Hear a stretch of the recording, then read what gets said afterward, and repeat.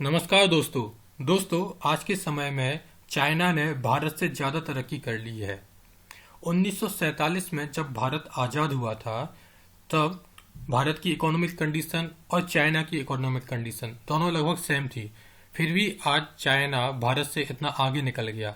इसके पीछे ढेर सारे रीजंस हैं, लेकिन उन रीजंस में से मेन रीजन है, एक है PMF, prime moving force, Hindi में बोलते हैं प्राथमिक चालक शक्ति, पीएमएफ।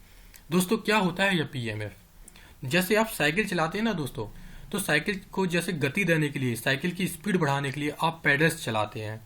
उसी तरह किसी भी देश की इकोनॉमी को बूस्ट करने के लिए, इकोनॉमी तेज करने के लिए जो एक शक्ति लगती है वो होता है प्राइम मूविंग फोर्स।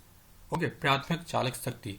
देखिए दोस्तों, 1947 के दौरान भारत और चाइना दोनों के सामने यह प्रश्न था कि वह अपने देश की इकोनॉमी चलाने के लिए किसे पीएमएफ बनाए, एग्रीकल्चर को पीएमएफ बनाए या फिर इंडस्ट्रियलाइजेशन को पीएमएफ बनाए। दोस्तों, भारत ने इंडस्ट्रियलाइजेशन को पीएमएफ बनाया। क्यों बनाया पीएमएफ भारत के इंडस्ट्रियलाइजेशन को? दोस्तों, आज़ादी से पहले जितने भी हमारे नेता लगे हुए थे भारत देश को आज़ादी दिलाने में, वह सब यही भी सोच रहे थे कि जब देश आज़ाद हो जाएगा तो देश की इकोनॉमी किस तरीके से हम संभालेंगे। तो 1938 में नेशनल प्लानिंग कमेटी, राष्ट्रीय योजना समिति का गठन होता है और यही राष्ट्रीय योजना समिति उस समय डिसाइड कर लेती है कि जब देश आज़ाद हो जाएगा तो हम प्राइम मूविंग फोर्स इंडस्ट्री, उद्योग धंधों को बनाएंगे, है ना। उन्होंने ये डिसीजन क्यों लिया कि हम उद्योग धंधों के ही पीएमएफ बनाएंगे, एग्रीकल्चर को पीएमएफ नहीं बनाएंगे?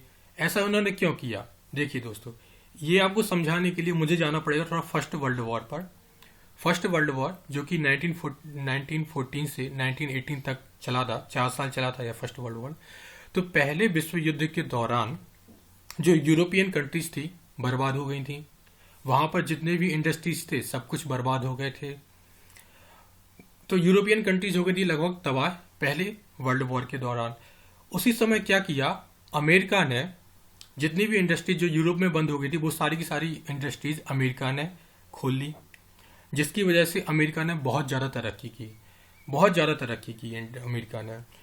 उसकी ऐसी तरक्की, अमेरिका की ऐसी तरक्की को देखकर साथ ही साथ 1945 में आईएमएफ आया, इंटरनेशनल मॉनेटरी फंड, है ना, जिसका हेडक्वार्टर कहाँ, वाशिंगटन में ही है।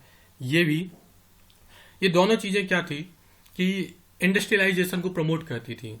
जो भी देश इंडस्ट्रियलाइजेशन के नाम पे आईएमएफ से कर्जा मांगता था वो उसे कर्जा देती थी। और जब अमेरिका ने उद्योग धंधों के बलबूते इतनी ज़्यादा तरक्की की थी तो हमारे देश के नेताओं को भी लगा कि हमें जो अपना जो पीएमएफ है वह इंडस्ट्रियलाइजेशन को ही बनाना चाहिए, ठीक है, उद्योग धंधों को ही पीएमएफ बनाना चाहिए। लेकिन हमारे भारतीय नेताओं का यह डिसीजन गलत साबित हुआ। क्यों हुआ?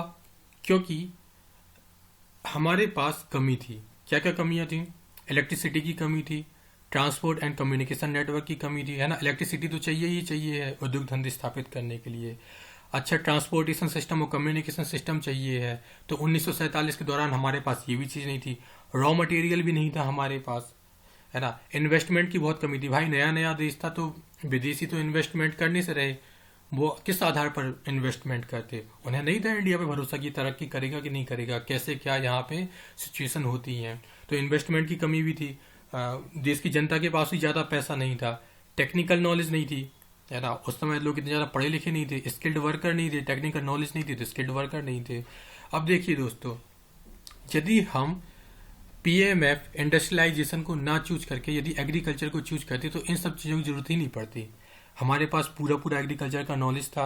हमारे यहाँ खेती बाड़ी तो पहले ही से होती थी, तो किसान लोग तो अच्छी तरीके से स्किल्ड थे, है ना, खेती बाड़ी करने में।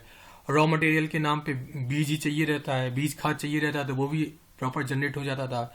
सिंचाई करने के लिए पानी चाहिए रहता था, तो उस समय पे नदियों और नहरों की में पर्याप्त पानी था, तो सिंचाई करने के लिए बढ़िया नदी नहरों से सिंचाई हो जाती थी, है ना। ट्रांसपोर्ट एंड कम्युनिकेशन नेटवर्क की उतनी ज़्यादा जरूरत नहीं थी, क्योंकि जिस क्षेत्र में अनाज पैदा हो रहा है उसी क्षेत्र में अनाज बिक जाता था, आसपास के क्षेत्र में अनाज बिक जाया करता था, है ना। तो यदि हम एग्रीकल्चर को पीएमएफ चुनते ना तो हमें इन सब चीज़ों का सामना नहीं करना पड़ता। अच्छा, अब दूसरी तरफ आप देखिए चाइना। चाइना ने 1949 में, चाइना के पास भी ये सारी की सारी कमियां थी जो भारत में कमियां हैं। तो चाइना ने 1949 में ये सब कमियों के चलते हुए उसने एग्रीकल्चर को ही पीएमएफ चूज किया, है ना। अब चाइना ने एग्रीकल्चर को पीएमएफ बनाया 1949 में, और एग्रीकल्चर के थ्रू उसने इतना ज़्यादा कमाया कि उसने 1970 में सोचा कि हाँ, अब खेती बाड़ी के जरिए हमने, हमारे देश ने बहुत पैसा कमा लिया है। तो 1970 में जो चाइना का जो ध्यान है वह इंडस्ट्रियलाइजेशन की ओर चला गया, है ना। तो इस तरीके से चाइना ने एक अच्छी प्लानिंग की और उसके जरिए आज चाइना अच्छी पोजीशन में है। वहीं दूसरी ओर जब 1990 में आईएमएफ ने कहा, आईएमएफ को लगा कि हाँ, सिर्फ उद्योग धंधे ही विश्व की तरक्की के लिए जरूरी नहीं है, किसानी, एग्रीकल्चर, खेतीबाड़ी भी जरूरी है पूरे विश्व की तरक्की के लिए। तो उसने 1990 में जो एग्रीकल्चर है, एग्रीकल्चर पर फोकस किया आईएमएफ ने। और भारत ने 2002 में एग्रीकल्चर को पीएमएफ की तरह चूज किया, है ना। तो हमसे सबसे बड़ी गलती यही हो गई थी कि हमने इंडस्ट्रीज को पीएमएफ के तौर पे चुना था, जबकि हमें चुनना चाहिए था एग्रीकल्चर को। यदि हम एग्रीकल्चर को पीएमएफ की तरह चुनते ना, तो आज भी हम चाइना जितने ही स्ट्रांग होते या चाइना से ज़्यादा स्ट्रांग हो सकते थे। तो दोस्तों, ये सब जानकारी थी जो मैंने आपको दी। यदि आपको जानकारी अच्छी लगी तो चैनल सब्सक्राइब करें, वीडियो लाइक करें। धन्यवाद।